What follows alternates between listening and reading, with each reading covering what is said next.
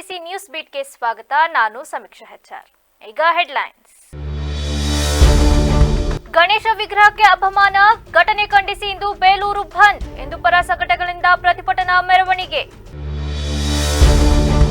ಮೈಸೂರು ದಸರಾ ಉದ್ಘಾಟನೆಗೆ ವಿದ್ಯುಕ್ತ ಚಾಲನೆ. ಸಾಹಿತಿ ಬಾನು ಮುಸ್ತಾಕ್ರಿಂದ ಚಾಮುಂಡಿ ದೇವರಿಗೆ ಪುಷ್ಪಾರ್ಚನೆ. ಸಿಎಂ ಸಿದ್ದರಾಮಯ್ಯ, ಸಚಿವ ಎಚ್ಸಿ ಮಹದೇವಪ್ಪ ಸೇರಿದಂತೆ ಹಲವರು ಭಾಗಿ. ಬಸವ ಸಂಸ್ಕೃತಿ ಅಭಿಯಾನದ ಕಾರ್ಯಕ್ರಮದಲ್ಲಿ ದರ್ಬಾ ದಂಗಲ್. ಲಿಂಗಾಯತ ಸ್ವಾಮೀಜಿ ಹೇಳಿಕೆಯಿಂದ ಭಾರೀ ಗೊಂದಲ. ಪುಷ್ಪಗಿರಿ ಮಠದ ಶ್ರೀಗಳಿಂದ ಸಂಧಾನ.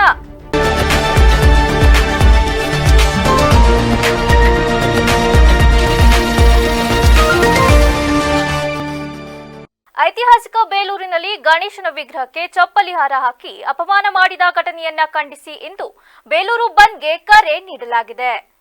ಹಿಂದೂಪರ ಸಂಘಟನೆಗಳಿಂದ ಬೇಲೂರು ಪಟ್ಟಣ ಬಂದ್ಗೆ ಕರೆ ನೀಡಲಾಗಿದೆ. ಸೆಪ್ಟೆಂಬರ್ 20ರ ರಾತ್ರಿ ಅಸ್ವಸ್ಥ ಮಹಿಳೆ ದೇವಾಲಯದೊಳಗೆ ತೆರಳಿ ಗಣೇಶ ವಿಗ್ರಹಕ್ಕೆ ಚಪ್ಪಲಿ ಹಾರ ಹಾಕಿದ್ಲು. ಹಾಸನ ನಗರದ ವಿಜಯನಗರ ಬಡಾವಣೆಯ ಮಹಿಳೆ ಲೀಲಮ್ಮ ಕೃತ್ಯವೆಸಗಿದ್ದಾಳೆ. ಈಗಾಗಲೇ ಆರೋಪಿ ಮಹಿಳೆಯನ್ನ ಪೊಲೀಸರು ವಶಕ್ಕೆ ಪಡೆದಿದ್ದು, ಅಸ್ವಸ್ಥ ಮಹಿಳೆಯ ಕೃತ್ಯದ ಹಿಂದೆ ಯಾರಿದ್ದಾರೆಂದು ತನಿಖೆ ನಡೆಸುವಂತೆ ಒತ್ತಾಯಿಸಿ ಬಂದ್ಗೆ ಕರೆ ಕೊಡಲಾಗಿದೆ. ಬಂದ್ ಹಿನ್ನೆಲೆ ಪಟ್ಟಣದಲ್ಲಿ ಬಹುತೇಕ ಬಂದ್ ವಾತಾವರಣ ನಿರ್ಮಾಣವಾಗಿದೆ. ವರ್ತಕರು ಸ್ವಯಂ ಪ್ರೇರಿತವಾಗಿ ಅಂಗಡಿ ಮುಂಗಟ್ಟು ಬಂದ್ ಮಾಡಿ ಬಂದ್ಗೆ ಬೆಂಬಲ ವ್ಯಕ್ತಪಡಿಸಿದ್ದಾರೆ. ಇಂದು ಬೆಳಗ್ಗೆ 10:30ರ ಬಳಿಕ ಹಿಂದೂಪರ ಸಂಘಟನೆ ಕಾರ್ಯಕರ್ತರು ಪ್ರತಿಭಟನಾ ಮೆರವಣಿಗೆ ನಡೆಸಲಿದ್ದಾರೆ. ಪರಿಷತ್ ಬಜರಂಗ ದಳ ನಾಳೆ ಇಲ್ಲಿ ಏನು ಗಣೇಶನ ಪ್ರತಿಮೆ ಮೇಲೆ ಚಪ್ಪಲಿಯನ್ನು ಇಟ್ಟಿದ್ರು ಅವರನ್ನ ಬಂಧಿಸುವಂತ ಕೆಲಸ ಪೊಲೀಸ್ನವ್ರು ಮಾಡಿದ್ದಾರೆ. ನಾಳೆ ಸ್ವಯಂ ಪ್ರೇರಿತ ಬಂದ್ 6 ಗಂಟೆಯಿಂದ 12 ಗಂಟೆ ತನಕ ಸ್ವಯಂ ಪ್ರೇರಿತವಾಗಿ ಬಂದ್ ಮಾಡೋ ಅಂತ ಕೆಲಸ ಮಾಡ್ತಾ ಇದ್ದೀವಿ. ದಯಮಾಡಿ ಹಿಂದೂ ಕಾರ್ಯಕರ್ತರು, ಹಿಂದೂ ಬಾಂಧವರು ಎಲ್ಲರೂ ಆ ಕಾರ್ಯಕ್ರಮಕ್ಕೆ ಕೈ ಜೋಡಿಸ್ಬೇಕು. ಮತ್ತೆ ಒಂದು ಹೋಮ ಮಾಡಿಸ್ಬೇಕು ಅಂತೇಳಿ ಸಂಕಲ್ಪ ಮಾಡಿದ್ದೀವಿ. ಒಂದು ಹೋಮನೂ ಆಗುತ್ತೆ. ದಯಮಾಡಿ ಎಲ್ಲ ಬೇಲೂರು ಜನತೆ ಕೇಳ್ತಾ ಇರೋದು, ಬೇಲೂರಿನಲ್ಲಿ ಹಿಂದೂಗಳು ಅತಿ ಹೆಚ್ಚಾಗಿ ಬರೋಂಥ ಕೆಲಸ ಆಗಬೇಕು. ನಾಳೆ 6 ಗಂಟೆಯಿಂದ 12 ಗಂಟೆ ತನಕ ಸ್ವಯಂ ಪ್ರೇರಿತ ಬಂದು ಮತ್ತೆ ಚನ್ನಕೇಶಸ್ವಾಮಿ ದೇವಸ್ಥಾನದ ಹತ್ರದಿಂದ ಇಲ್ಲಿಗೆ ರ್ಯಾಲಿ ಬರುತ್ತೆ. ರ್ಯಾಲಿ ಮುಖಾಂತರ ಬರ್ತೀವಿ. ಇಲ್ಲಿಗೆ ಬಂದು ಪೂಜಾ ಕಾರ್ಯಕ್ರಮ ಏನಿದೆ, ಅನ್ನಸಂತರ್ಪಣೆ ಏನಿದೆ, ಅನ್ನಸಂತರ್ಪಣೆ ಮಾಡೋ ಮೂಲಕ ಇದನ್ನ ಮುಗಿಸ್ತಾ ಇದ್ದೀವಿ ಕಾರ್ಯಕ್ರಮ. ಪೇಟೆ ಗಣಪತಿ ಇರ್ಬೋದು, ಏನು ನಾವು ಆ ಥರದ್ದು ಸಮಸ್ಯೆ ಏನು ಮಾಡಲ್ಲ. ನಾವು ಬೆಳಗ್ಗೆ 6ರಿಂದ 12 ಗಂಟೆ ತನಕ ಅಂತ ಹೇಳಿದ್ದೀವಿ. 6ರಿಂದ 12 ಗಂಟೆ ಒಳಗಡೆ ಅದನ್ನು ಮುಗಿಸೋ ಅಂತ ಕೆಲಸ ಮಾಡ್ತೀವಿ. ಅವರು ಈಗ ಏನು ಹೇಳಿದ್ದಾರೆ, ಮಂಜಣ್ಣವ್ರು ನಮ್ಮ ಅಧ್ಯಕ್ಷರು ಹೇಳಿದ್ದಾರೆ, ಗಣಪತಿಗೆ ನಾವು ಸೇರ್ಕೊಂತೀವಿ, ನಿಮ್ಮ ಕಾರ್ಯಕ್ರಮಕ್ಕೆ ಏನಿದೆ ನಮ್ದು ವಿರೋಧ ಇದೆ, ನಾವು ಸೇರ್ಕೊಂತೀವಿ ಅಂತ ಹೇಳಿದ್ದಾರೆ. ನಾವು ಅದನ್ನ ಅವ್ರ ಜೊತೆನೂ ಕೈ ಜೋಡಿಸ್ತೀವಿ, ಅವ್ರು ನಮ್ಮ ಜೊತೆ ಕೈ ಜೋಡಿಸಿ ಅಂತ ಕೇಳ್ಕೊಂತೀವಿ. ಆರೋಪಿಗಳನ್ನ ಬಂಧಿಸಿರೋ ನೋಡಿದ್ದೀರಾ? ಆರೋಪಿಗಳ ಬಂಧಿಸಿರೋ ನೋಡಿದ್ದೀರಾ? ಬಂಧಿಸಿದೀವಿ ಅಂತ ಹೇಳಿದ್ದಾರೆ, ತೋರಿಸ್ತೀವಿ. ಈಗ ಎಲ್ಲ ಸಾಮೂಹಿಕವಾಗಿ ತೋರ್ಸಕ್ ಆಗಲ್ಲ ಅಂತ ಹೇಳಿದ್ದಾರೆ, ತೋರಿಸ್ತಾರೆ. ತೋರಿಸಿದ್ಮೇಲೆ ನಾವು ವೆರಿಫೈ ಮಾಡಿಬಿಟ್ಟು ಹೇಳೋ ಅಂತ ಕೆಲಸ ಮಾಡ್ತೀವಿ. ಈಗ ನಿನ್ನೆ ಸಂಜೆ ನಡೆದಿರೋಂಥ ಘಟನೆ ನಮ್ಮ ಹಿಂದೂ ಧರ್ಮಕ್ಕೆ ನಿಜವಾದ ಪೆಟ್ಟು ಅನ್ಬೋದು. ಯಾಕೆಂದರೆ ಎಲ್ಲರೂ ಎಚ್ಚೆತ್ತಬೇಕು. ಯಾಕೆಂದರೆ ಯಾರು ಅವ್ರು ಮಾಡಿರೋರು ಹಿಂದೂಗಳು ಆಗಿರ್ಬೋದು, ಬಟ್ ಇಲ್ಲೇನಾಗುತ್ತೆ, ಕೋಮು ಘರ್ಷಣೆಗೋಸ್ಕರ ಯಾರೋ 3 ಮಾಡ್ತಾ ಇದ್ದಾರೆ. ಇವತ್ತು ನಿಜವಾಗ್ಲೂ ಪೊಲೀಸರು ನಾವು ಅವ್ರನ್ನ ಸಾಂಗಿಸ್ಬೇಕು. ಯಾಕೆಂದರೆ ಈ ಸಂಜೆ ಒಳಗೆ ಇಟ್ಕೊಡ್ತೀವಿ ನಾವು 5 ಗಂಟೆ ಒಳಗೆ ಅಂತೇಳಿ ಅವ್ರನ್ನ ಅರೆಸ್ಟ್ ಮಾಡಿದ್ದಾರೆ. ಅವರು ಏನು ಅವ್ರನ್ನ ವಿಚಾರಣೆ ಮಾಡಬೇಕು. ಅದು ಯಾರು ಬೇರೆಯವ್ರು ಮಾಡಿಸಿದ್ರ, ಅವರೇ ಮಾಡಿದ್ರ ಅಲ್ಲ, ಹೇಳ್ತಾರದನ್ನೇ ಅವರೇ ಮಾಡಿದ್ರ, ಸ್ವಯ ಇಚ್ಛೆಯಿಂದ ಮಾಡಿದಾರ, ಬೇರೆಯವ್ರು ಮಾಡಿಸಿದಾರ, ಅದನ್ನ ವಿಚಾರಣೆ ಮಾಡಬೇಕು. ಆಮೇಲೆ ಅಕಸ್ಮಾತ್ ಏನಾದ್ರು ಬೇರೆಯವ್ರು ಮಾಡಿಸಿರ್ತಾರೆ, ಮುಂದಿನ ದಿನಗಳಲ್ಲಿ ಇನ್ನೂ ನಾವು ಹೆಚ್ಚಿನ ರೀತಿ ನಾವು ಅದನ್ನ ಖಂಡಿಸ್ಕೊಂಡು ನಾವು ಅದನ್ನ ವಿರೋಧ ಮಾಡ್ತೀವಿ. ಆದರೆ ಇವತ್ತು ಏನು ಗಣೇಶೋತ್ಸವ ನಾವು ಏನು 30 ದಿನಗಳಿಂದ ಗಣೇಶನ ಪೂಜೆ ಮಾಡ್ಕೊಂಡು ಬಂದಿದ್ದೀವಿ. 22ನೇ ತಾರೀಕು ಬಿಡಬೇಕು ಅಂತೇಳಿ ನಾಳೆ ಹೊರಟಿದ್ದೀವಿ. ನಾಳೆ ವಿಜೃಂಭಣೆಯಾದ ಒಂದು ಉತ್ಸವ ಇದೆ. ಎಲ್ಲ ನಮ್ಮ ಏನು ಹಿಂದೂ ಧರ್ಮ ಏನು ನಮ್ಮ ಸಂಘಟನೆ ಯುವಕರಿದ್ದಾರೆ ಎಲ್ಲರೂ ಬರ್ತಾರೆ. ನಾಳೆ 11 ಗಂಟೆ ಏನು ಇವುಗಳು ಏನಂತ ಹೇಳ್ತಾರೆ, ಸ್ವಯಂ ಪ್ರೇರಿತವಾಗಿ ಬನ್ನಿ. ಅದರಲ್ಲಿ ಏನಿಲ್ಲ, ನಾವು ಹೇಳ್ತಿರೋದು ಎಲ್ಲರೂ ಅವ್ರವ್ರ ಭಕ್ತಿ ಎಷ್ಟಿದೆ ನಾನು ತೋರ್ಸೋಕ್ಕೋಸ್ಕರ ಇಷ್ಟು ಮಾಡಿ ಅಂತ ಅವ್ರು ಹೇಳ್ತಾ ಇದ್ದಾರೆ. ಅದನ್ನು ಎಲ್ಲರೂ ಸ್ವಲ್ಪ ಮನಗಣೆಗೆ ತಗೊಂಡು ಏನು ಅಂದರೆ ಸ್ವಯಂ ಪ್ರೇರಿತವಾಗಿ ಎಷ್ಟೊತ್ತು ಏನು ಜಾಸ್ತಿ ಹೊತ್ತಿಲ್ಲ, ಒಂದು 11 ಗಂಟೆ ಕ್ಲೋಸ್ ಮಾಡ್ಕೊಂಡು ನಮ್ಮ ಗಣಪತಿ ಹತ್ರ ಬಂದು ಒಂದು ಅಭಿಷೇಕ ಮಾಡಿಸಿ ಅಂತ ಅವ್ರು ಕೇಳ್ಕೊತ ಇದ್ದಾರೆ. ಎಲ್ಲರೂ ಅದಕ್ಕೆ ಕೈ ಜೋಡಿಸಿ ಮಾಡೋಣ ಅಂತ ಹೇಳ್ತಾ ಇನ್ನು ಮುಂದೇನಾದ್ರು ನಾನು ಹೇಳ್ತಿರೋದು ಒಗ್ಗಟ್ಟಾಗಿ ದಯಮಾಡಿ ಎಲ್ಲರೂ ಒಂದಾಗಿ ಬನ್ನಿ. ಯಾವುದೇ ಥರದ ಈ ಥರ ಘಟನೆಗಳು ನಡೆದಾಗ ಈ ಥರ ಎಲ್ಲ ಒಟ್ಟಾದರೆ ಮಾತ್ರ ಏನಾರು ಒಂದು ನ್ಯಾಯ ಸಿಗುತ್ತೆ ಅನ್ನೋದೇ ನಮ್ಮ ಒಂದು ಅಭಿಪ್ರಾಯ. ನಾಳೆ ಏನಿದೆ ವಿಸರ್ಜನೆ, ನಮ್ಮ ಪ್ರಸನ್ನ ಗಣಪತಿ ಏನು ವಿಸರ್ಜನೆ ಇದೆ ಅದನ್ನು ಎಲ್ಲರೂ ಸೇರಿ ಒಗ್ಗಟ್ಟಾಗಿ ಮಾಡ್ತಾ ಇದ್ದೀವಿ. ದಯಮಾಡಿ ನಮ್ಮ ಸಾರ್ವಜನಿಕರು ಹಾಗೂ ನಮ್ಮ ಬೇಲೂರು ನಾಗರಿಕರು ಎಲ್ಲರೂ ಬಂದು ಸಹಕರಿಸಬೇಕು ಅಂತ ಈ ಮೂಲಕ ಕೇಳ್ಕೊಂತಾರೆ.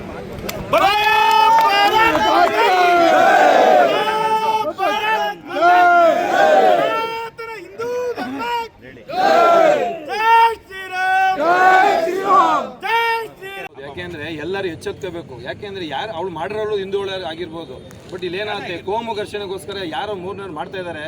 ಇವತ್ತು ನಿಜವಾಗ್ಲೂ ಪೊಲೀಸರು ನಾವು ಅವ್ರನ್ನ ಸಾಂಗಿಸ್ಬೇಕು. ಯಾಕೆಂದ್ರೆ ಈ ಸಂಜೆ ಒಳಗೆ ಇಟ್ಕೊಡ್ತೀವಿ ನಾವು 5 ಗಂಟೆ ಒಳಗೆ ಅಂತ ಹೇಳಿ ಅವ್ರನ್ನ ಅರೆಸ್ಟ್ ಮಾಡಿದ್ದಾರೆ. ಅವರು ಏನು ಅವ್ರನ್ನ ವಿಚಾರಣೆ ಮಾಡಬೇಕು. ಅದು ಯಾರು ಬೇರೆ ಮಾಡಿಸಿದ್ರ ಅವರೇ ಮಾಡಿದ್ರ ಅಲ್ಲ ಹೇಳ್ತಾ ಇರೋದನ್ನೇ ಅವರೇ ಮಾಡಿದ್ರ ಸ್ವ ಇಚ್ಛೆಯಿಂದ ಮಾಡಿದಾರ ಬೇರೆಯವ್ರು ಮಾಡಿಸಿದಾರ ಅದನ್ನ ವಿಚಾರಣೆ ಮಾಡಬೇಕು. ಆಮೇಲೆ ಅಕಸ್ಮಾತ್ ಏನಾದ್ರು ಬೇರೆಯವ್ರು ಮಾಡಿಸಿದ್ರೆ ಮುಂದಿನ ದಿನಗಳು ಇನ್ನೂ ನಾವು ಹೆಚ್ಚಿನ ರೀತಿ ನಾವು ಅದನ್ನ ಖಂಡಿಸ್ಕೊಂಡು ನಾವು ಅದನ್ನ ವಿರೋಧ ಮಾಡ್ತೀವಿ. ಆದರೆ ಇವತ್ತು ಏನು ಗಣೇಶೋತ್ಸವ ನಾವು ಏನು 30 ದಿನಗಳಿಂದ ಗಣೇಶನ ಪೂಜೆ ಮಾಡ್ಕೊಂಡು ಬಂದಿದ್ದೀವಿ. 22ನೇ ತಾರೀಕು ಬಿಡಬೇಕು ಅಂತೇಳಿ ನಾಳೆ ಹೊರಟಿದ್ದೀವಿ. ನಾಳೆ ವಿಜೃಂಭಣೆಯಾದ ಒಂದು ಉತ್ಸವ ಇದೆ. ಎಲ್ಲ ನಮ್ಮ ಏನು ಹಿಂದೂ ಧರ್ಮ ಏನು ನಮ್ಮ ಸಂಘಟನೆ ಯುವಕರಿದ್ದಾರೆ ಎಲ್ಲರೂ ಬರ್ತಾರೆ. ನಾಳೆ 11 ಗಂಟೆದು ಏನು ಇವುಗಳು ಏನಂತ ಹೇಳ್ತಿದ್ದಾರೆ ಸ್ವಯಂ ಪ್ರೇರಿತವಾಗಿ ಬನ್ನಿ. ಅದರಲ್ಲಿ ಏನಿಲ್ಲ, ನಾನು ಹೇಳ್ತಿರೋದು ಎಲ್ಲರೂ ಅವ್ರವ್ರ ಭಕ್ತಿ ಎಷ್ಟಿದೆ ನಾನೇ ತೋರ್ಸೋಕ್ಕೋಸ್ಕರ ಇಷ್ಟು ಮಾಡಿ ಅಂತ ಅವ್ರು ಹೇಳ್ತಾ ಇದ್ದಾರೆ. ಅದನ್ನು ಎಲ್ಲರೂ ಸ್ವಲ್ಪ ಮನಗಣೆಗೆ ತಗೊಂಡು ಏನು ಅಂದರೆ ಸ್ವಯಂ ಪ್ರೇರಿತವಾಗಿ ಅದು ಎಷ್ಟೊತ್ತು ಏನು ಜಾಸ್ತಿ ಹೊತ್ತಿಲ್ಲ ಒಂದು 11 ಗಂಟೆ ತನಕ ಕ್ಲೋಸ್ ಮಾಡ್ಕೊಂಡು ನಮ್ಮ ಗಣಪತಿ ಹತ್ರ ಬಂದು ಒಂದು ಅಭಿಷೇಕ ಮಾಡಿಸಿ ಅಂತ ಅವ್ರು ಕೇಳ್ಕೊತಾ ಇದ್ದಾರೆ.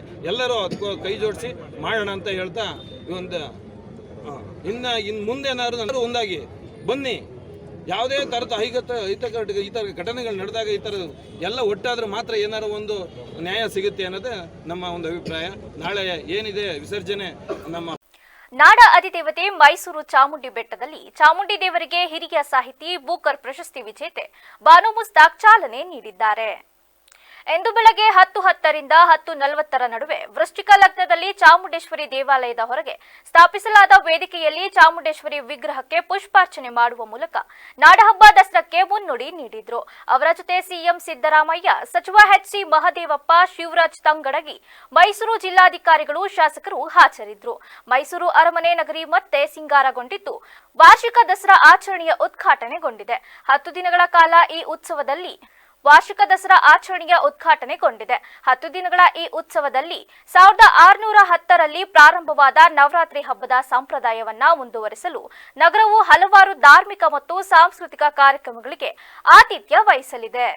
ನಗರದ ಹಾಸನಾಂಬ ಕಲಾಕ್ಷೇತ್ರದಲ್ಲಿ ಭಾನುವಾರ ರಾತ್ರಿ 10 ಗಂಟೆವರೆಗೂ ನಡೆದ ಬಸವ ಸಂಸ್ಕೃತಿ ಅಭಿಯಾನದ ಕಾರ್ಯಕ್ರಮದಲ್ಲಿ ಧರ್ಮದಂಗಲ್ ನಡೆದಿದೆ. ಕಾರ್ಯಕ್ರಮದಲ್ಲಿ ಆಶೀರ್ವಚನ ನೀಡಿದ ಸಾನೇನಹಳ್ಳಿ ಶ್ರೀ ಪಂಡಿತಾರಾಧ್ಯ ಶಿವಾಚಾರ್ಯ ಸ್ವಾಮೀಜಿಯವರು ರಾಜ್ಯ ಸರ್ಕಾರ ಸಾಮಾಜಿಕ ಮತ್ತು ಶೈಕ್ಷಣಿಕ ಸಮೀಕ್ಷೆ ಆರಂಭಿಸಿದ್ದು ಅದರಲ್ಲಿ ಧರ್ಮದ ಕಾಲಂನಲ್ಲಿ ಲಿಂಗಾಯತ ಎಂದು ನಮೂದಿಸಬೇಕು ಎಂದು ಹೇಳಿದರು. ಇದಕ್ಕೆ ವೇದಿಕೆಯಲ್ಲಿ ವಿರೋಧ ವ್ಯಕ್ತಪಡಿಸಿದ ಲಿಂಗಾಯತ ಸಮುದಾಯದ ಕೆಲ ಮುಖಂಡರು ಗಲಾಟೆಗೆ ಕಾರಣರಾದರು. ಇದರಿಂದ ಕೆಲ ಕಾಲ ಗದ್ದಲದ ವಾತಾವರಣ ನಿರ್ಮಾಣವಾಗಿ ಸ್ವಾಮೀಜಿಯವರು ಆಶೀರ್ವಚನ ಮೊಟಕುಗೊಳಿಸಿದ್ರು. ಬಳಿಕ ಪುಷ್ಪಗಿರಿ ಮಠದ ಶ್ರೀ ಸೋಮಶೇಖರ ಶಿವಾಚಾರ್ಯ ಸ್ವಾಮೀಜಿ ಅವರು ಎಲ್ಲರನ್ನ ಸಮಾಧಾನ ಪಡಿಸಿದ್ರು.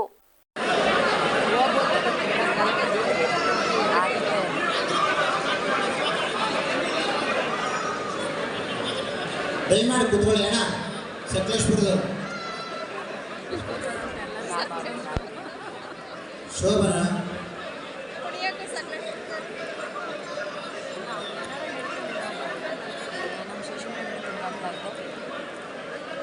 ದಯಮಾಡಿ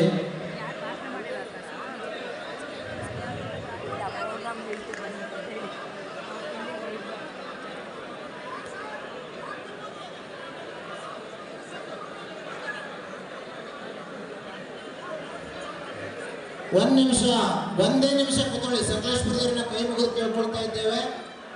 ಒಂದೇ ನಿಮಿಷ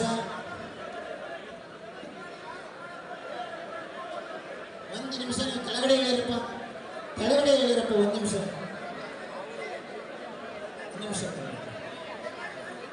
ಕನ್ನಡ. ಒಂದು ನಿಮಿಷ ಕೆಳಗಡೆ ಇಲ್ಲ. ನಾವು ಹೇಳ್ತೇವೆ 1 ನಿಮಿಷ ಅಂದ್ರೆ ನೀವು ಅದನ್ನ ಕೇಳ್ತಾನೆ ಇಲ್ವಲ್ಲ.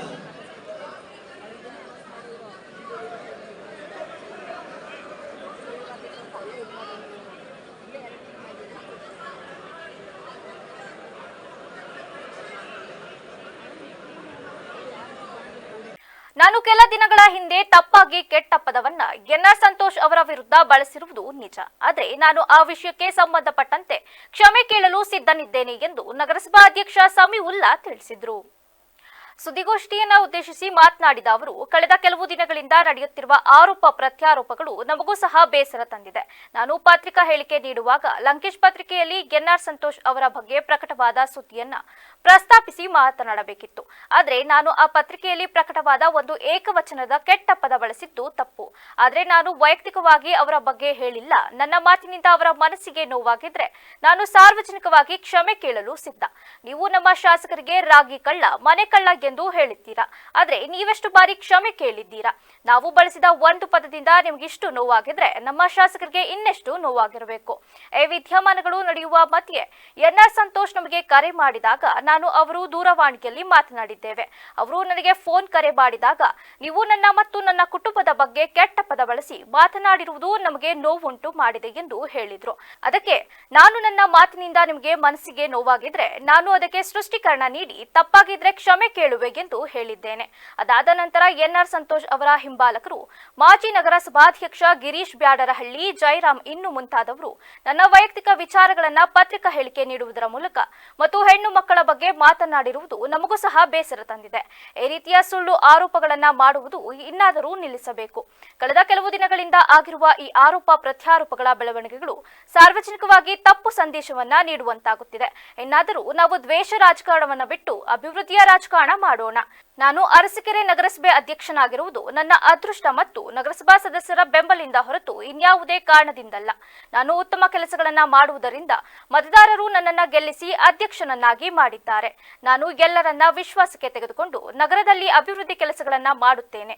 ನಮ್ಮ ಅಭಿವೃದ್ಧಿ ಕೆಲಸಗಳಲ್ಲಿ ಏನಾದರೂ ಲೋಪವಾಗಿದ್ರೆ ದಯವಿಟ್ಟು ನಮ್ಮ ಗಮನಕ್ಕೆ ತನ್ನಿ ಎಂದರು. ಹಿಂದೂ ಯೂಟ್ಯೂಬ್ ಒಂದು ಚಾನಲಲ್ಲಿ ನಮ್ಮ ಅರಸೀಕೆರೆಯ ಒಬ್ಬರು ನಾಯಕರು ಎನ್ಆರ್ ಸಂತೋಷ್ ಅವರು ನನ್ನ ಬಗ್ಗೆ ತೇಜೋವಧಿ ಮಾಡಿ ನನಗೆ ಛೇಲ ಅಂತ ಒಂದು ಆಡಿದ್ರು ಅನ್ನೋ ವಿಚಾರದಲ್ಲಿ ನಾನು ಅವ್ರ ಬಗ್ಗೆ ಪತ್ರಿಕಾ ನಾನು ಅವರು ಯೂಟ್ಯೂಬಲ್ಲಿ ಕೊಟ್ಟಿದ್ದಕ್ಕೋಸ್ಕರ ನಾನು ಯೂಟ್ಯೂಬ್ವರೆಗೆ ಕರೆದಿ ಕೊಡೋಣ, ಒಂದು ಉತ್ತರ ಕೊಡೋಣ ಅಂತ ಹೇಳಿ ನಾನು ಕೊಟ್ಟೆ. ಆ ಕೊಡೋ ಸಮಯದಲ್ಲಿ ನನ್ನಿಂದ ಒಂದು ಏಕವಚನ ಪದ ಬಂದಿದೆ ಅನ್ನೋ ಅವರ ಹಿಂಬಾಲಿಕರು ಮತ್ತೆ ಬಂದಿದೆ ಅಂತ ಕೆಲವರು ಅದಕ್ಕೆ ಪ್ರತಿಕ್ರಿಯೆ ಕೊಡ್ತಾರೆ. ಮತ್ತು ಅದ್ರ ಜೊತೆನೇ ಇವರೇ ಸನ್ಮಾನ್ಯ ಎನ್ಆರ್ ಸಂತೋಷ್ ಅವರು ನನಗೆ ಕರೆ ಮಾಡಿ ನನಗೆ ಈ ಥರ ನಮ್ಮ ಕುಟುಂಬದ ಬಗ್ಗೆ ನೀವು ಮಾತಾಡ್ತೀರಿ ಅಂತ ಹೇಳಿದಾಗ ನನಗೂ ಅವ್ರಿಗೆ ಕೆಲವು ಚರ್ಚೆಗಳಾಯಿತು. ಅಲ್ಲಿಗೇನರ್ಥ, ಅವರು ನಮ್ಮನೆಗೆ ಬನ್ನಿ ಊಟ ಮಾಡ್ಕೊಂಡು ಹೋಗಿ ಅಂತ ಕರೆದ್ರು. ನಾನು ನಮ್ಮನೆಗೆ ಬಂದು ಟೀ ಕಾಫಿ ಕುಡ್ಕೊಂಡು ಹೋಗಿ ಕೊನೆಗೆ ನಿಮಗೂ ಅದು ಪ್ರತಿಷ್ಠೆ, ನನಗೂ ಅದು ಪ್ರತಿಷ್ಠೆ ನನಗಿದೆ. ನಗರಸಭೆ ಸಾರ್ವಜನಿಕರ ಕಚೇರಿ, ನನ್ನ ಕಚೇರಿಗೆ ಬಂದು ತಮ್ಮ ಆರೋಪಗಳೆಲ್ಲ ಇದ್ದಾವೆ, ಕೆಲವು ನಗರಸಭೆ ಹಗರಣ ಇದೆ, ಅದಿದೆ ಅಂತ ಹೇಳ್ತಿರಲ್ಲ, ಅವೆಲ್ಲ ಬೇಕಾದ್ರೆ ನಮ್ಮ ದಾಖಲೆ ಬೇಕಾದ್ರೆ ನೋಡ್ಕೊಂಡು ಹೋಗ್ಬೋದು, ದಯಮಾಡಿ ಬನ್ನಿ ಬೇಕಾದ್ರೆ ಮಾತಾಡೋಣ ಅಂತ ಹೇಳಿದಾಗ ಎಲ್ಲೋ ಒಂದು ನನಗನ್ನಿಸ್ತು, ಇಷ್ಟಕ್ಕೆ ಅವರು ಈ ಒಂದು ಸಂಸ್ಕೃತಿ ನಿಲ್ಲಿಸ್ತಾರೆ ಅಂತ ನನ್ನ ಆಶಾಭಾವನೆ ಇತ್ತು ನಂದು ಫಸ್ಟ್.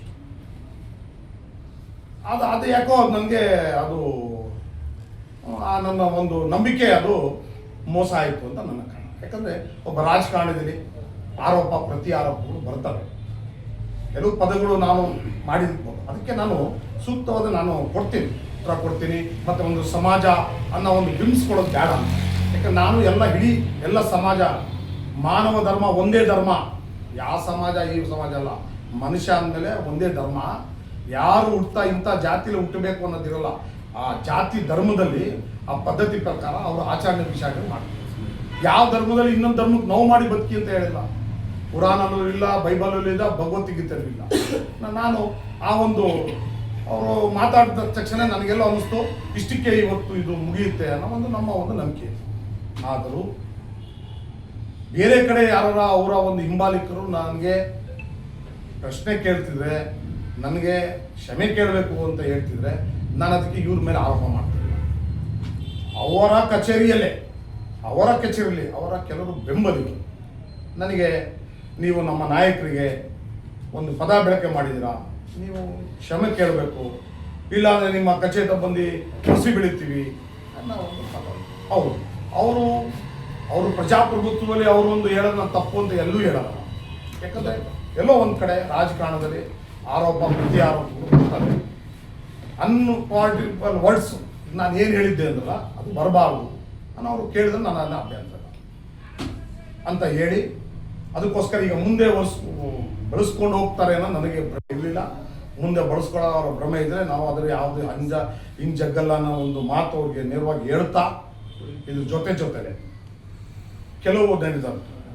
ಈ ಹಿಂದೆ ನಮ್ಮ ಅರಸೀಕೆರೆಯ 4 ಬಾರಿ ಶಾಸಕರಾಗಿದ್ದಾರೆ. ಅರಸೀಕೆರೆ ತಾಲೂಕಿನ ಜನ ಅವ್ರಿಗೆ 4 ಬಾರಿ ಶಾಸಕರಾಗಿದ್ದಾರೆ. ಸಚಿವ ಸಂಪುಟ ದರ್ಜೆ ಇವತ್ತು ಸ್ಥಾನಮಾನ ಇದೆ ಅವ್ರಿಗೆ. ಅವೆಲ್ಲ ತಮಗೆ ಗೊತ್ತಿದೆ. ಅಂಥವ್ರಿಗೆ ನೀವು ರಾಗಿ ಕಳ್ಳ ಅಂತ ಬಿಂಬಿಸಿದ್ರಲ್ಲ, ಅವತ್ತು ಅವರು ಸಮಾಜ ಯಾರು ಬಂದು ನಿಮಗೆ ಪ್ರಶ್ನೆ ಮಾಡ್ತಾ ನೀವು ಸಮಾಜದಲ್ಲಿ ಇವತ್ತು ನೀವು ಬಿತ್ತನೆ ಬೀಜ ಬಿಡ್ತಕ್ಕಂಥ ಯಾರ ಸಮಾಜ ಅಂತ ತಗೊಂಡ್ರ ಉತ್ತರ ಕೊಟ್ಟಿರ್ಬೋದು. ನಮ್ಮ ಸಮಾಜ ಒಕ್ಕಲ ಸಮಾಜ ನೀವು ಹೇಳ್ತಾ ಇದೀರಿ ಅಂತ ಯಾರೋ ಪ್ರಶ್ನೆ ಮಾಡಿದ್ರ ಯಾಕೆ ಈ ಸಮಾಜಗಳು ಮಧ್ಯ ತರ್ತೀರಿ ನೀವು? ನಿಮ್ಮ ವೈಯಕ್ತಿಕ ವಿಚಾರ ಇದೆ. ಅಲ್ಲಿಗೆ 10 ಮತ ತಗೊಂಡಿದ್ರು, ಬಂದು ಮನ್ಸ್ ಗೆಲ್ಲಿ 1000 ಮತ ತಗೊಂಡಿದ್ರು. ನಾವು ಅವ್ರ ಪರವಾಗಿ ಅವರ ಒಂದು ಕಷ್ಟ ಸುಖ ಆಯಿತು. ದುಃಖದ ಮನೆಯಾಗ ಬಂದ್ರ ಅಲ್ಲಿ ಸ್ಟೇಜ್ ಹಾಕಿ ಮಾತಾಡ್ತಾ ಇದ್ರು. 10 ನಿಮಿಷ ಮಾತಾಡ್ತಾರೆ. 10 ನಿಮಿಷದವ್ರಿಗೆ ಇವ್ರು ಯಾರು ಮಾತಾಡಿಲ್ಲ ಅವ್ರಿಗೆ. ಯಾಕಂದ್ರೆ ಅವರು ಏನು ದುಃಖದ ವಿಚಾರನೋ ಏನೋ ಅಭಿವೃದ್ಧಿ ವಿಚಾರ ಏನೋ ಮಾತಾಡ್ತಾ ಇದ್ರು. 11ನೇ ನಿಮಿಷಕ್ಕೆ ಇವ್ರು ಎತ್ತಿ ಈ ನಗರಸಭಾ ಅಧ್ಯಕ್ಷ ಏನ್ ಮಾಡಿದೆ ನಿಮ್ಮ ಸಮಾಜಕ್ಕೆ ಕೇಳಿ, ಅದು ಪ್ರಜಾಪ್ರಭುತ್ವ ಕೇಳ ಹಾಕ್ತಿದೆ. 50 ಲಕ್ಷ ಕೊಡ್ಬೇಕು ನಾನು ಆಗ್ರಹಿಸ್ತೀನಿ ಇಲ್ಲಿ ಅಂದ್ರೆ ಇವ್ರು ಯಾರು ನಂಗೆ 50 ಲಕ್ಷ ಕೊಡಿ ಅಂತ ಹೇಳಕ್ಕೆ? ಅಲ್ಲಿಗೆ ಸಮಾಜಕ್ಕೆ ಎತ್ಕಟ್ಟಂಗಲ್ವ? ಹೇಳಿ ನೋಡೋಣ. ಆವಾಗ ಅಲ್ಲಿ ನಮ್ಮ ಅಭಿಮಾನಿಗಳು ಇದ್ದವರು ರೀ ಅವ್ರಿಗೆ ಯಾಕೆ ಹೇಳ್ತೀರಿ, ನೀವೇನು ಕೊಡ್ತೀರಿ ಹೇಳ್ರಿ ಅಂತ ಆವಾಗ ಘರ್ಷಣೆ ಆಗಿರೋದು ಬಿಟ್ರೆ 10 ನಿಮಿಷ ಇವ್ರು ಮಾತಾಡೋದು ಬಿಟ್ಟವ್ರಲ್ಲಿ ಮಾತಾಡಿದ್ದಾರೆ. ಇವರು ಎಲ್ಲ ಪ್ರಚೋದನೆ ಮಾಡಿದ್ದಾರೆ. ಎಲ್ಲ ಅದನ್ನು ಹಂಗ್ ಮಾಡಿದೀವಿ ಹಿಂಗ್ ಮಾಡಿದೀವಿ ಅಂತ ಹೇಳಿದ್ದಾರೆ. ನೀವ್ಯಾಕೆ ಅಲ್ಲಿ ಮುಸ್ಲಿಂ ಏರಿಯಾಗೆ ಬಂದ್ರೆ ಅದು ಮಾಡ್ತಾರೆ ಅಂತ ಹೇಳ್ತೀರಿ? ಬನ್ನಿ, ಪ್ರೀತಿ ವಿಶ್ವಾಸನ ಎಲ್ಲಿ ನಾವು ಬೇಡ ಅಂತ ನಾವು. ನೀವು ಬಂದಲ್ಲಿ ಬೈದ್ರೆ ಬಿಡ್ತಾರ? ಪ್ರಶ್ನೆ ಕೇಳ್ತಾರೆ. ಅದನ್ನ ತಗೊಂಡೋಗಿ ಬಿಡು ಹಬ್ಸಕ್ಕೋಸ್ಕರ ನೀವು ಇದು ಮಾಡ್ತಿರಲ್ಲ. ಇವೆಲ್ಲ ಬಿಡಿ. ನಿಮ್ಮ ಬೆಳವಣಿಗೆಗೆ ನಿಮ್ಮ ಶ್ರಮ ಇದೆ, ನೀವು ಬೆಳ್ಕೊಳ್ಳಿ, ನಾವು ಅದ್ರ ಬಗ್ಗೆ ಏನು ಹೇಳಲ್ಲ ಅಂತ ಹೇಳಿ ಇಷ್ಟಕ್ಕೆ ನೀವೇನಾರ ನಿಲ್ಲಿಸ್ತೀರಿ ಅಂದರೆ ಬೇಕಾದ್ರೆ ನೀವು ನಾನು ಹೇಳ್ದಲ್ಲ ಆ ಕೇಸು ಏನಕ್ಕಾಗಿದ್ದು, ಯಾಕೆ ಆ ಲ್ಯಾಪ್ಟಾಪಲ್ಲಿ ಏನು $US ಇದೆಯಾ? ಅಮೇರಿಕನ್ ಕರೆನ್ಸಿ ಇತ್ತಾ? ಅದು ಉತ್ತರ ಕೊಡ್ಬೇಕಲ್ಲ. ಏನಕ್ಕೆ ಅಂತ ಪತ್ರಿಕೆಯನ್ನು ಏನಕ್ಕೆ ಬರ್ದ ಅಂತ ಕೇಳಬೇಕಲ್ವ? ನಮ್ಗೆ ಕ್ಷಮೆ ಕೇಳಕ್ಕೆ ರೆಡಿ ಇದ್ದೀವಿ. ಅವಾಗ ಜನಕ್ಕೆ ಅರ್ಥಗತ ಆಗುತ್ತೆ. ಅದಕ್ಕೆ ಅವರು ಅದೊಂದು ಅವರು ಯಾವತ್ತಕ್ಕೆ ಏನಕ್ಕಾಯ್ತು ಅಂತ ಹೇಳಿದ್ರೆ ನಾನು ಅದು ಕ್ಷಮೆ ಕೇಳಕ್ಕೆ ನಾನು ರೆಡಿ ಇದ್ದೀನಿ. ನಾನು ಇಲ್ಲ ಅಂತ ಹೇಳ್ತಿಲ್ಲ. ನಾನು ಸಾರ್ವಜನಿಕ ತಲೆಬಾಗಿ ತಾಲೂಕು ಜನರ ಮುಂದೆ ನಾನು ಕ್ಷಮೆ ಕೇಳ. ಪತ್ರಿಕಾಗೋಷ್ಠಿಯಲ್ಲಿ ನಗರಸಭಾ ಸದಸ್ಯರಾದ ರಾಜಶೇಖರ್, ಯುವರಾಜ್, ದರ್ಶನ್, ಅವಿನಾಶ್ ಸೇರಿದಂತೆ ಇತರರು ಉಪಸ್ಥಿತರಿದ್ದರು. ನನಗೆ ಬೂಕರ್ ಪ್ರಶಸ್ತಿ ಬಂದ ಸಂದರ್ಭದಲ್ಲಿ ನನ್ನ ಆಪ್ತ ಗೆಳತಿ ನನ್ನನ್ನ ಮೈಸೂರು ಚಾಮುಂಡಿ ಬೆಟ್ಟಕ್ಕೆ ಕರೆದುಕೊಂಡು ಬರುವುದಾಗಿ ಹೇಳಿಕೊಂಡಿದ್ದಳು ಎಂದು ಮೈಸೂರು ಚಾಮುಂಡಿ ದೇವಿಯೇ ನನ್ನನ್ನ ಇಲ್ಲಿಗೆ ಕರೆಸಿಕೊಂಡಿದ್ದಾಳೆ ಎಂದು ಬೂಕರ್ ಪ್ರಶಸ್ತಿ ವಿಜೇತೆ ಬಾನು ಮುಸ್ತಾಕ್ ತಿಳಿಸಿದರು. ಮೈಸೂರು ದಸರಾಕ್ಕೆ ಪುಷ್ಪಾರ್ಚನೆ ಮಾಡುವ ಮೂಲಕ ಚಾಲನೆ ನೀಡಿ ಮಾತನಾಡಿದ ಅವರು, ಈ ಬಾರಿಯ ದಸರಾ ಉದ್ಘಾಟನೆ ನನಗೆ ಸರ್ಕಾರ ಆಹ್ವಾನ ನೀಡಿದಾಗ ಹಲವು ವಿರೋಧ ವಿಘ್ನಗಳು ಬಂದವು. ಆದರೆ ಅವೆಲ್ಲವನ್ನ ನಿವಾರಿಸಿ ಗಟ್ಟಿಯಾಗಿ ನಿಂತು ನನ್ನನ್ನ ಉದ್ಘಾಟನೆಗೆ ಆಹ್ವಾನಿಸಿದ್ದಕ್ಕೆ ಸಿಎಂ ಸಿದ್ದರಾಮಯ್ಯ ಮತ್ತು ಸರ್ಕಾರದ ಜನಪ್ರತಿನಿಧಿಗಳಿಗೆ ನಾನು ಧನ್ಯವಾದ ಹೇಳುತ್ತೇನೆ. ನಾವೆಲ್ಲರೂ ಒಂದೇ ಗಗನದ ಅಡಿಯ ಪಯಣಿಗರು. ಇಲ್ಲಿ ಅರಳುವಂತಹ ಹೂವುಗಳ ಸುಗಂಧಕ್ಕೆ ಮಿತಿಯಿಲ್ಲ. ಇಲ್ಲಿ ಯಾರನ್ನೂ ಹೊರತಲ್ಲ. ಇಲ್ಲಿ ಹಾಕಿರುವ ಗಡಿಗಳನ್ನ ನಾವೇ ಅಳಿಸಿ ಹಾಕಬೇಕು. ನಮ್ಮೊಳಗಿರುವ ದ್ವೇಷ ನಾಶವಾಗಲಿ. ತಾಯಿ ಚಾಮುಂಡಿ ಧೈರ್ಯ, ಶಕ್ತಿ, ರಕ್ಷಕತ್ವದ ಸಂಕೇತ. ಇಂದಿನ ಜಗತ್ತು ಯುದ್ಧದ ಜ್ವಾಲೆಯಲ್ಲಿ ಸುಡುತ್ತಿದೆ. ಹಗೆಗಳಿಂದ ಅಲ್ಲ, ಪ್ರೀತಿಯಿಂದ ಜಗತ್ತನ್ನ ಗೆಲ್ಲೋಣ ಎಂದರು. ತಾಯಿ ಚಾಮುಂಡೇಶ್ವರಿಯ ಕೃಪಾಶೀರ್ವಾದದೊಂದಿಗೆ ನಾವೆಲ್ಲರೂ ಸೇರಿ ವಿಜೃಂಭಣೆಯಿಂದ ಉದ್ಘಾಟನೆ ಮಾಡ್ತಾ ಇದ್ದೀವಿ. ನಾನು ಈಗಾಗಲೇ ಒಂದು ಸಂದರ್ಶನದಲ್ಲಿ ಹೇಳಿದ್ದೆ, ನನ್ನ ಗೆಳತಿ ಒಬ್ಬರು ನನ್ನ ಬುಕ್ಕರ್ ಸಂದರ್ಭದಲ್ಲಿ ಚಾಮುಂಡೇಶ್ವರಿ ದೇವಸ್ಥಾನಕ್ಕೆ ನನ್ನನ್ನು ಕರ್ಕೊಂಡು ಬರ್ತೀನಿ ಅಂತ ಹರಕೆ ಹೊತ್ತಿದ್ರು. ನನ್ನ ಆಪ್ತ ಗೆಳತಿ ಯಾಕೆ ನನಗೆ ಹೋಗಲಿಕ್ಕೆ ಸಾಧ್ಯ ಆಗಲಿಲ್ಲ ಕಾರಣಾಂತರಗಳಿಂದ. ಆದರೆ ಈ ಒಂದು ವಿಶಿಷ್ಟ ಸನ್ನಿವೇಶದಲ್ಲಿ ನನ್ನನ್ನು ಕರ್ನಾಟಕದ ಸರ್ಕಾರದ ಮೂಲಕ ಆಹ್ವಾನ ಮಾಡಿ ತಾಯಿ ಚಾಮುಂಡಿ ಕರೆಸ್ಕೊಳ್ತಾ ಇದ್ದಾಳೆ ಅಂತ ಹೇಳಿದೆ.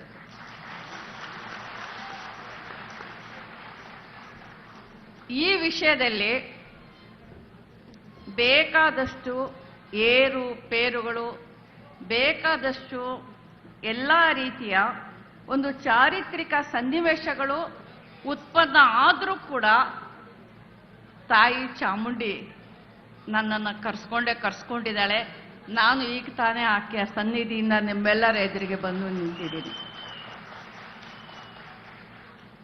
ಸ್ನೇಹಿತರೆ, ಮೈಸೂರು ದಸರಾದ ಈ ಅತಿ ಮಹತ್ವದ ಪವಿತ್ರ ಕ್ಷಣದಲ್ಲಿ ಚಾಮುಂಡಿ ತಾಯಿಯ ಕೃಪೆಯ ನೆರಳಿನಲ್ಲಿ ಈ ವೇದಿಕೆಯಿಂದ ನಿಮ್ಮೆದುರು ನಿಲ್ಲುವ ಅವಕಾಶ ನನಗೆ ದೊರೆತಿರ್ತಕ್ಕಂಥದ್ದು ನನ್ನ ಜೀವನದ ಅತ್ಯಂತ ಗೌರವದ ಗಳಿಗೆ. ದಸರಾ ಅಂದರೆ ಇದು ಕೇವಲ ಹಬ್ಬ ಮಾತ್ರವಲ್ಲ, ಇದು ಈ ನಾಡಿನ ಒಂದು ನಾಡಿ ಮಿಡಿತ, ಸಂಸ್ಕೃತಿಯ ಉತ್ಸವ, ಎಲ್ಲರನ್ನೂ ಒಳಗೊಳ್ಳುವ ಗಳಿಗೆ ಮತ್ತು ಸಮನ್ವಯದ ಮೇಳ. ಈ ನೆಲದಲ್ಲಿ ಹುಟ್ಟಿದ ಪ್ರತಿಯೊಂದು ಜೀವಕ್ಕೂ ಈ ಮಣ್ಣಿನ ವಾರಿಸುದಾರಿಕೆ, ಸ್ಪಂದನೆ, ಜವಾಬ್ದಾರಿ ಮತ್ತು ನೆನಪುಗಳು ಇವೆ. ಮೈಸೂರು ಅರಸರ ಸಂಸ್ಕೃತಿಯ ಪರಂಪರೆಯಿಂದ ಹಿಡಿದು ಕನ್ನಡ ಭಾಷೆಯ ಹೃದಯದ ಆಳದ ಸ್ಪಂದನದವರೆಗೆ ಈ ಹಬ್ಬವು ನಮಗೆ ನೆನಪಿಸುತ್ತೆ. ಏನು ಅಂದರೆ, ಸಂಸ್ಕೃತಿ ಎಂದರೆ ಬೇರೆ ಬೇರೆ ಧ್ವನಿಗಳ ಸಂಗಮ, ವಿಭಿನ್ನತೆಯಲ್ಲೇ ಏಕತೆಯ ಸುಗಂಧ. ದಸರಾ ನಮ್ಮ ಸಮಗ್ರ ಸಂಸ್ಕೃತಿಯ ಪ್ರತೀಕ. ಸಾರಿಗೆ ನಿಗಮಗಳ ಆರ್ಥಿಕ ಸುಸ್ಥಿರತೆ ಖಚಿತಪಡಿಸಿಕೊಳ್ಳಲು ಮತ್ತು ದರ ಏರಿಕೆಯನ್ನು ರಾಜಕೀಯಗೊಳಿಸದಂತೆ ಕರ್ನಾಟಕ ವಿದ್ಯುತ್ ನಿಯಂತ್ರಣ ಆಯೋಗ ಮಾದರಿಯಲ್ಲಿ ರಾಜ್ಯದ ಸಾರಿಗೆ ನಿಗಮಗಳ ಬಸ್ ದರವನ್ನು ಪರಿಷ್ಕರಿಸಲು ಸಾರ್ವಜನಿಕ ಸಾರಿಗೆ ದರ ನಿಯಂತ್ರಣ ಸಮಿತಿಯನ್ನ ರಚಿಸಲು ರಾಜ್ಯ ಸರ್ಕಾರ ಕರಡು ಅಧಿಸೂಚನೆ ಹೊರಡಿಸಿದೆ. ಹೆಚ್ಚುತ್ತಿರುವ ಕಾರ್ಯಾಚರಣೆ ವೆಚ್ಚಗಳ ಹೊರತಾಗಿಯೂ ಇಲ್ಲಿವರೆಗೂ ಪ್ರಯಾಣ ದರ ಪರಿಷ್ಕರಣೆ ರಾಜಕೀಯ ಪರಿಗಣನೆಗಳಿಂದಾಗಿ ವಿಳಂಬವಾಗುತ್ತಿದೆ ಎಂದು ಸರ್ಕಾರ ಹೇಳಿದ್ದು, 2014ರಲ್ಲಿ ದಿನಕ್ಕೆ ರು 7 ಕೋಟಿ ವೆಚ್ಚವಾಗುತ್ತಿದ್ದದ್ದು 2025ರಲ್ಲಿ ರು 13 ಕೋಟಿಗೆ ಏರಿತ್ತು. ಇದೇ ಅವಧಿಯಲ್ಲಿ ಸಿಬ್ಬಂದಿ ವೆಚ್ಚ ದಿನಕ್ಕೆ ರು 6 ಕೋಟಿಗಳಿಂದ ರು 12 ಕೋಟಿಗೆ ಹೆಚ್ಚಾಗಿದೆ. ದಶಕಗಳಿಗೊಮ್ಮೆ ಪ್ರಯಾಣಿಕರಿಗೆ ಹೊರೆಯಾಗದಂತೆ ದರವನ್ನು ಸ್ವಲ್ಪ ಪ್ರಮಾಣದಲ್ಲಿ ಹೆಚ್ಚಿಸಲಾಗುತ್ತಿದೆ ಎಂದು ಅಧಿಕಾರಿಗಳು ಹೇಳಿದ್ದಾರೆ. ಸಮಿತಿಯು ರಸ್ತೆ ಸಾರಿಗೆ ನಿಗಮಗಳಿಗೆ ನೀಡಲಾದ ಶಿಫಾರಸುಗಳ ಪ್ರತಿಯನ್ನ ಉಭಯ ಸದನಗಳ ಮುಂದೆ ಮಂಡಿಸಲು ಸರ್ಕಾರಕ್ಕೆ ಪ್ರತಿ ವರ್ಷ ಏಪ್ರಿಲ್ 1ರ ನಂತರ ಸಲ್ಲಿಸಬೇಕು. ಡಿಸೆಂಬರ್ 31ರ ಒಳಗೆ ವಾರ್ಷಿಕ ವರದಿಯಾಗಿ ಸಲ್ಲಿಸಬೇಕು ಎಂದು ಸೂಚಿಸಲಾಗಿದೆ. ಅರಕಲಗೂಡು ಕ್ಷೇತ್ರದಲ್ಲಿ ಕೈಗಾರಿಕೆಗಳನ್ನು ಸ್ಥಾಪಿಸಿ ಯುವಕರಿಗೆ ಉದ್ಯೋಗ ಸೃಷ್ಟಿಸುವ ಬಹುದೊಡ್ಡ ಗುರಿಯೊಂದಿಗೆ ರಾಜಕೀಯ ಹೋರಾಟಕ್ಕೆ ಧುಮುಕುತ್ತಿದ್ದು, ಮುಂಬರುವ ದಿನಗಳಲ್ಲಿ ಕ್ಷೇತ್ರದ ಜನತೆ ಆಶೀರ್ವಾದದಿಂದ ನಿರುದ್ಯೋಗ ಸಮಸ್ಯೆಯನ್ನ ಹೋಗಲಾಡಿಸಿ ಆರ್ಥಿಕ ವಹಿವಾಟು ಹೆಚ್ಚಿಸುವುದಾಗಿ ಗ್ಯಾರಂಟಿ ಯೋಜನೆಗಳ ಅನುಷ್ಠಾನ ಸಮಿತಿ ಅಧ್ಯಕ್ಷ ಶ್ರೀಧರ್ ಗೌಡ ತಿಳಿಸಿದರು. ತಾಲೂಕಿನಲ್ಲಿ ಸಂತೆಮರೂರು ಪಂಚಾಯಿತಿ ವ್ಯಾಪ್ತಿಯ ದುಮ್ಮಿ ಗ್ರಾಮದಲ್ಲಿ ರಾಜ್ಯ ಸರ್ಕಾರ ಪಂಚ ಗ್ಯಾರಂಟಿ ಯೋಜನೆಯ ಫಲಾನುಭವಿಗಳ ಕುಂದುಕೊರತೆ ಹಾಗೂ ಜಾಗೃತಿ ಸಭೆಯ ಅಧ್ಯಕ್ಷತೆ ವಹಿಸಿ ಮಾತನಾಡಿದ ಅವರು, ಅರಕಲಗೂಡು ತಾಲೂಕು ಅಭಿವೃದ್ಧಿಪಡಿಸುವ ಬಹುದೊಡ್ಡ ಯೋಜನೆಗಳೊಂದಿ ರಾಜಕೀಯ ಕ್ಷೇತ್ರದಲ್ಲಿ ಹೋರಾಟ ಪ್ರಾರಂಭಿಸಲಾಗಿದೆ. ಈ ಹೋರಾಟಕ್ಕೆ ಕ್ಷೇತ್ರದ ಜನತೆ ಆಶೀರ್ವಾದ ಮುಂಬರುವ ದಿನಗಳಲ್ಲಿ ನೀಡಿದ್ರೆ ತಾಲೂಕಿನಲ್ಲಿ ದೊಡ್ಡ ಮಟ್ಟದ ಕೈಗಾರಿಕಾ ಕ್ಷೇತ್ರವನ್ನ ಸ್ಥಾಪಿಸಿ ಯುವಕರಿಗೆ ಉದ್ಯೋಗ ಸೃಷ್ಟಿಸಿ ಆರ್ಥಿಕ ವಹಿವಾಟು ಹೆಚ್ಚಿಸಲಾಗುವುದು. ಅದರ ಜೊತೆಗೆ ಶೈಕ್ಷಣಿಕ ಕ್ಷೇತ್ರವನ್ನ ಅಭಿವೃದ್ಧಿಪಡಿಸಿ ತಾಲೂಕಿನಲ್ಲಿ ಎಲ್ಲ ಸೌಕರ್ಯಗಳನ್ನ ಒದಗಿಸಿಕೊಡಲಾಗುವುದು ಎಂದರು. ಈ ವೇಳೆ ಗ್ಯಾರಂಟಿ ಯೋಜನೆಗಳಿಗೆ ಸಂಬಂಧಿಸಿದಂತೆ ಅಧಿಕಾರಿಗಳೊಡನೆ ಸಮಾಲೋಚಿಸಿ ಹಲವು ಅಹವಾಲುಗಳಿಗೆ ಸ್ಥಳದಲ್ಲೇ ಪರಿಹಾರ ದೊರಕಿಸಿದ್ರು. ಕೆಲವು ಸಮಸ್ಯೆಗಳಿಗೆ ಅಧಿಕಾರಿಗಳಿಗೆ ಕಾಲಾವಕಾಶ ನೀಡಿ ಶೀಘ್ರವೇ ಪರಿಹಾರ ಒದಗಿಸುವಂತೆ ಸೂಚಿಸಿದ್ರು. ನನಗೊಂದು ಆಶೀರ್ವಾದವನ್ನು ಮಾಡಿರುವ ಒಂದು ಇಂಡಸ್ಟ್ರಿಯಲ್ ಏರಿಯಾ ತರ್ತಕ್ಕಂಥ ಕೆಲಸವನ್ನ ಮಾಡೇ ಮಾಡ್ತೀನಿ ಅಂತಕ್ಕಂಥ ಮಾತನ್ನ ಈ ಸಂದರ್ಭದಲ್ಲಿ ನಾನು ಹೇಳ್ತಾ, ಜೊತೆಗೆ ಇಲ್ಲಿ ಜಾಸ್ತಿ ಯುವಕರು ನಿಂತವ್ರೆ. ಯುವಕರಿಗೂ ಒಂದು ಸಮಸ್ಯೆ ಇದೆ. ಹಳ್ಳಿಗೆಲ್ಲ ಹೋದಾಗ ನಾನು ನೋಡ್ತಾ ಇರ್ತೀನಿ. ಏನ್ ಸಮಸ್ಯೆನಪ್ಪ ಅಂತಂದ್ರೆ, ಒಂದು ಉದ್ಯೋಗ ಇಲ್ಲದೆ ಇರ್ತಕ್ಕಂಥದ್ದು, ಕೆಲ್ಸ ಇಲ್ಲ. ಪಾಪ ರೈತರೇ, ಎಲ್ಲರಿಗೂ ಜಮೀನ್ ಇದೆ, ಮತ್ತೊಂದು ಎಲ್ಲ ಪಾಪ ವ್ಯವಸ್ಥಿತವಾಗಿದೆ, ಅದು ಕೆಲಸ ಸಿಗ್ತಿಲ್ಲ. ಇನ್ನ ಕೆಲಸ ಸಿಗ್ತಾ ಇರೋದ್ರಿಂದ ಇನ್ನೊಂದು ಸಮಸ್ಯೆ ಏನಾಗಿದೆ ನಮ್ಮ ತಾಲೂಕು ಒಳಗಡೆ ಅಂದ್ರೆ ಗಂಡು ಮಕ್ಕಳಿಗೆ ಹೆಣ್ಣು ಕೊಡ್ತಾ ಇಲ್ಲ. ಹೌದಣ್ಣ, ನಾನ್ ಸುಮಾರು ಅಲ್ಲಿ ಎಲ್ಲೆಲ್ಲ ಹೋಗ್ತೀನಿ, 70 ಜನ 80 ಜನ 40 ವರ್ಷ ಆಗೈತೆ ಇನ್ನೂ ಮದುವೆ ಆಗಿಲ್ಲ. ನನ್ ಕ್ಲಾಸ್ಮೇಟೆ, ಬೇರೆಯವರು ಅಲ್ಲ. ಒಂದ್ ಊರಲ್ಲಿ ಹೋದ್ರೆ ನಾನು ಹೆಗ್ನಳ್ಳಿ ನನ್ನ ಕ್ಲಾಸ್ಮೇಟೆ, ನಾನು ಮಾಮೂಲಿ ಸುಮಾರು ದಿವಸದ ಮೇಲೆ ಸಿಕ್ಕಿದ್ದಲ್ಲ ಅಂತೇಳಿ ಮನೆಯಲ್ಲೆಲ್ಲ ಹೆಂಗವ್ರೆ, ಮಕ್ಕಳೆಲ್ಲ ಏನ್ ಮಾಡ್ತಾವ್ರೆ ಅಂತಂದ್ರೆ ಅವನು ಅಣ್ಣ ಇನ್ನು ಮದ್ವೆನೇ ಆಗಿಲ್ಲ ಅಂತಾನೆ. ಏನ್ ಹೇಳೋದು? ಯಾಕೆ ಅಂತಂದ್ರೆ ಅವನು ಹೇಳಿದ್ರು ಕೆಲಸ ಕೇಳ್ತಾರೆ. ಈಗ ಎಲ್ಲ ಎಲ್ಲೋದ್ರು ನಾನು ಸುಮಾರು 80 ಹುಡುಗಿರು ನೋಡಿದೆ, ಎಲ್ಲ ಕೆಲಸ ಕೇಳ್ತಾರೆ ಅಂತ. ಆಮೇಲೆ ಅವನು ಆ ಹುಡುಗಿರು ನೋಡಕ್ಕೇನೆ 7-8 ಲಕ್ಷ ಕಳ್ಕೊಬಿಟ್ಟು ನಾಲ್ಕು ಕಮಿಷನ್ ಕೊಟ್ಟು ಏನಕ್ಕ ಈ ಪರಿಸ್ಥಿತಿ ಬಂದಿದೆ. ಹೀಗಾಗಿ ಯುವಕರುಗಳಿಗೆ ಪಾಪ ಜಮೀನಿದೆ, ಮನೆಯಲ್ಲಿ ದುಡಿತಾ ಇದ್ದಾರೆ, ಎಲ್ಲ ಆದಾಯ ಇದೆ, ಆದ್ರೆ ಉದ್ಯೋಗ ಇಲ್ಲದೆ ಇರೋದ್ರಿಂದ ಇವತ್ತು ಮದುವೆ ಆಗ್ಲಿಕ್ಕೆ ಆಗ್ತಾ ಇಲ್ಲ. ಅದು ತಪ್ಪು ಅಂತ ಏನಲ್ಲ, ಯಾಕಂದ್ರೆ ಹೆಣ್ಮಕ್ಳು ಕೂಡ ಇವತ್ತು ಚೆನ್ನಾಗಿ ಓದಿದ್ದಾರೆ, ಅವರು ಕೆಲಸ ತಗೋತಾ ಇದ್ದಾರೆ. ಸೊ ಅವ್ರಿಗೆ ಸರಿ ಸಮಾನವಾಗಿ ಹುಡುಗರು ಇರಬೇಕಾದಂತ ಅನಿವಾರ್ಯತೆ ಇವತ್ತು ಸೃಷ್ಟಿಯಾಗಿದೆ. ಹಾಗಾಗಿ ಇದು ಒಂದ್ ಕಡೆ ಸಮಸ್ಯೆ ಆಗಿದೆ. ಹಾಗಾಗಿ ಇಂಡಸ್ಟ್ರಿಯಲ್ ಏರಿಯಾವನ್ನ ಬಹಳ ಅನಿವಾರ್ಯ ಅಂತ ಹೇಳಿ ನಾನು ಭಾವಿಸ್ಕೊಳ್ತೀನಿ ನಮ್ಮ ತಾಲೂಕಿನ ಅಭಿವೃದ್ಧಿಗೆ. ಯಾಕಂದ್ರೆ ನಮ್ಮಲ್ಲಿ ಏನು ಹೈವೇ ಇಲ್ಲ ರೈಲ್ವೆ ಇಲ್ಲ, ಅಥವಾ ಪ್ರವಾಸೋದ್ಯಮದ ಯಾವುದೇ ಚಟುವಟಿಕೆಗಳಿಲ್ಲ. ಹಾಗಾಗಿ ವಾಣಿಜ್ಯ ಚಟುವಟಿಕೆ ಮಾಡ್ಲಿಕ್ಕೆ ಅಥವಾ ಬೆಳಿಲಿಕ್ಕೆ ಬಿಸ್ನೆಸ್ ಮಾಡ್ಲಿಕ್ಕೆ ಯಾವ್ದು ದಾರಿ ಇಲ್ಲ. ಹಾಗಾಗಿ ಒಂದು ಇಂಡಸ್ಟ್ರಿಯಲ್ ಏರಿಯಾ ಬಂದ್ರಷ್ಟೇನೆ ನಮ್ಮ ತಾಲೂಕನ್ನ ನಾವು ಯುವಕರುಗಳನ್ನ ಇಲ್ಲಿ ಉಳಿಸ್ಕೊಳ್ಳಿಕ್ ಸಾಧ್ಯ, ನಮ್ಮ ತಾಲೂಕು ಬೆಳೆಯಲಿಕ್ಕೆ ಸಾಧ್ಯ ಅಂತ ಹೇಳಿ ನಂಬಿಕೆ ಇಟ್ಟಿರ್ತಕ್ಕಂಥದ್ದು ನಾನು. ಆ ನಿಟ್ಟಿನಲ್ಲಿ ನನಗೊಂದು ಅವಕಾಶ ಕೊಟ್ರೆ ಆ ಒಂದು ಮುಂದಿನ ದಿನದಲ್ಲಿ ಆ ಕೆಲಸವನ್ನ ಮಾಡ್ತೀನಿ ಅಂತ ಮಾತನ್ನ ಹೇಳ್ತಾ, ಆಮೇಲೆ ಏನು ಯುವಕರು ಏನ್ ಧೃತಿಗೆಡೋದು ಬೇಡ, ಕೆಲವು ಮದುವೆ ಆಗದಿರ್ತಕ್ಕಂಥವ್ರು. ಯಾಕೆಂದ್ರೆ ಬೆಲೆಗಳು ಜಾಸ್ತಿ ಆಗ್ತಾ ಇದೆ, ಜಮೀನ್ ಬೆಲೆ. ಯಾಕ ಮುಂದಿನ ದಿನದಲ್ಲಿ 1 ಕೋಟಿಗೆ ಹೋಗ್ತದೆ. ಇನ್ನೊಂದು 10-15 ವರ್ಷ 15-20 ವರ್ಷದಲ್ಲಿ ಜಮೀನ್ ಬೆಲೆ ನಾನು ಹೇಳ್ತೀನಿ ಕೇಳ್ರಕ್ಕ. ಒಂದೊಂದು ಎಕರೆ ನಾವೇನು ಜೋಳ ಬೆಳಿತಿದೀವಿ, ಆಲೂಗೆಡ್ಡೆ ಬೆಳಿತಿದೀವಿ, ಈ ಜಮೀನಿನ ಬೆಲೆ 1 ಕೋಟಿ ಹೋಗ್ತದೆ ಇನ್ನು 15-20 ವರ್ಷಕ್ಕೆ. ಆಮೇಲೆ ನೆಕ್ಸ್ಟ್ ರೈತರಿಗೆ ಡಿಮ್ಯಾಂಡ್ ಮುಂದಿನ ದಿನಗಳಲ್ಲಿ. ಹಾಗಾಗಿ ಆ ಸಮಯ ಬರ್ತದೆ. ಅಲ್ಲಿ ತನಕ ತಾವು ಕೂಡ ಏನು ಧೃತಿಗೆಡೋದು ಬೇಡ. ಈಗ ಸಂಕ್ಷಿಪ್ತ ಸುದ್ದಿಗಳು. ಶ್ರೀ ಕಾಕಿನೆಲೆ ಮಹಾಸಂಸ್ಥಾನ ಕನಕ ಗುರುಪೀಠ ಮೈಸೂರು ವಿಭಾಗದ ಶ್ರೀ ಶ್ರೀ ಶಿವಾನಂದಪುರಿ ಮಹಾಸ್ವಾಮೀಜಿಯವರು ಮೈಸೂರಿನಲ್ಲಿ ಏರ್ಪಡಿಸಿದ್ದ ಸಾಮಾಜಿಕ, ಶೈಕ್ಷಣಿಕ, ಆರ್ಥಿಕ ಸಮೀಕ್ಷೆಯ ಅರಿವು ಹಾಗೂ ಜಾಗೃತಿ ಸಭೆಯಲ್ಲಿ ಹಾಸನ ಜಿಲ್ಲಾ ಕುರುಬರ ಸಂಘದ ಅಧ್ಯಕ್ಷರಾದ ಪಟೇಲ್ ಶಿವಣ್ಣನವರು ಭಾಗವಹಿಸಿ ಮಾತನಾಡಿದರು. ಸಭೆಯಲ್ಲಿ ನಿಕಟಪೂರ್ವ ಕರ್ನಾಟಕ ರಾಜ್ಯ ಕುರುಬ ಸಂಘದ ಅಧ್ಯಕ್ಷರಾದ ಸುಬ್ರಹ್ಮಣ್ಯರವರು, ಮಂಡ್ಯ ಜಿಲ್ಲಾ ಕುರುಬ ಸಂಘದ ಅಧ್ಯಕ್ಷರಾದ ಸುರೇಶ್ ರವರು, ಕರ್ನಾಟಕ ಹೈಂದ ಜನ ಸಂಘದ ರಾಜ್ಯ ಕಾರ್ಯದರ್ಶಿಯಾದ ನೆರ್ಲಿಗೆ ಶ್ರೀರಾಮ್ ಹಾಗೂ ಅನೇಕ ತಾಲೂಕು ಮತ್ತು ಜಿಲ್ಲಾ ಕುರುಬ ಸಂಘದ ಅಧ್ಯಕ್ಷರುಗಳು ಭಾಗವಹಿಸಿದ್ರು. ಈಗ ಮತ್ತೊಮ್ಮೆ ಹೆಡ್ಲೈನ್ಸ್. ಗಣೇಶ ವಿಗ್ರಹಕ್ಕೆ ಅಪಮಾನ ಘಟನೆ ಖಂಡಿಸಿ ಇಂದು ಬೇಲೂರು ಬಂದ್, ಹಿಂದೂಪರ ಸಂಘಟನೆಗಳಿಂದ ಪ್ರತಿಭಟನಾ ಮೆರವಣಿಗೆ. ಮೈಸೂರು ದಸರಾ ಉದ್ಘಾಟನೆಗೆ ವಿದ್ಯುಕ್ತ ಚಾಲನೆ, ಸಾಹಿತಿ ಬಾನು ಮುಸ್ತಾಕ್ರಿಂದ ಚಾಮುಂಡಿ ದೇವರಿಗೆ ಪುಷ್ಪಾರ್ಚನೆ, ಸಿಎಂ ಸಿದ್ದರಾಮಯ್ಯ, ಸಚಿವ ಎಚ್ಸಿ ಮಹದೇವಪ್ಪ ಸೇರಿದಂತೆ ಹಲವರು ಭಾಗಿ. ಬಸವ ಸಂಸ್ಕೃತಿ ಅಭಿಯಾನದ ಕಾರ್ಯಕ್ರಮದಲ್ಲಿ ದರ್ಬಾ ದಂಗಲ್, ಲಿಂಗಾಯತ ಸ್ವಾಮೀಜಿ ಹೇಳಿಕೆಯಿಂದ ಭಾರೀ ಗೊಂದಲ, ಪುಷ್ಪಗಿರಿ ಮಠದ ಶ್ರೀಗಳಿಂದ ಸಂಧಾನ. ಕ್ಷಣ ಕ್ಷಣದ ಸುದ್ದಿಗಾಗಿ ನೋಡ್ತಾ ಇರಿ ವಿವಿಸಿ ಟಿವಿ, ಸತ್ಯದ ಕಡೆ ನಮ್ಮ ನಡೆ.